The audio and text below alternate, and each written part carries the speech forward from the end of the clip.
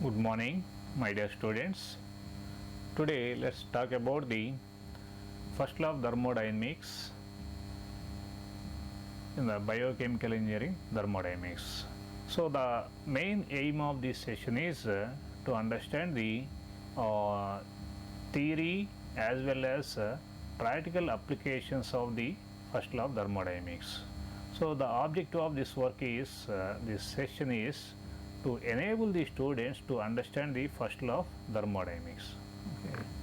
So, this first law of thermodynamics also called as law of conservation of energy. That means energy neither be created nor be destroyed, but it can be transferred from one form to other forms.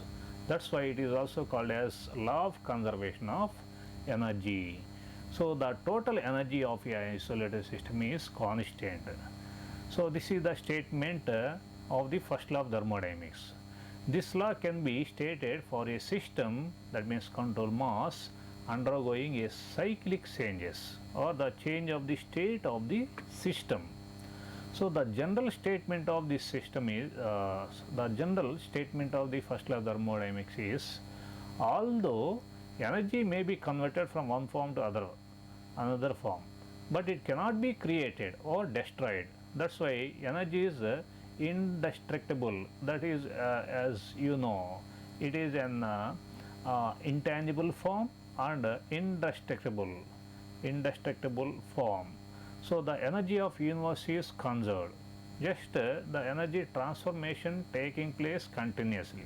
That means the matter and energy being converted into one form to other forms, vice versa.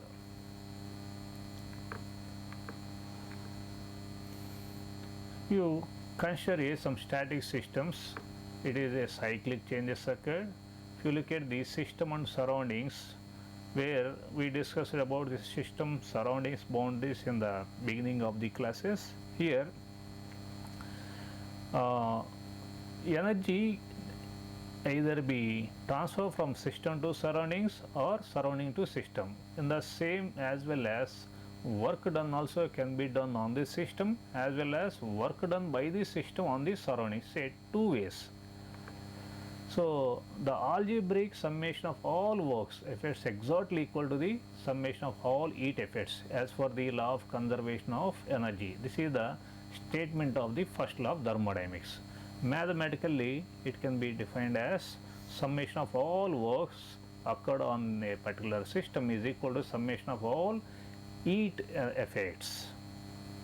Here either cooling effects or heating effects. Okay.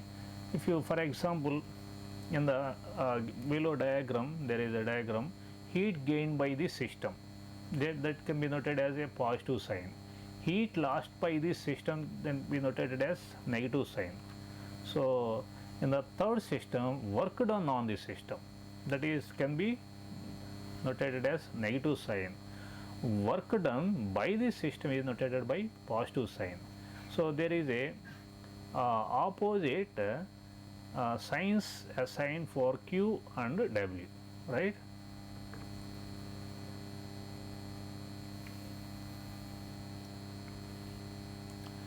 So, the change in the system internal energy is related to the heat energy as well as work as follows. So, in this table, same what we discussed in the previous slide, Q is positive if gains heat energy. System gains heat energy, we can note it as a Q is positive. If heat lost by the system, it can be noted as Q negative.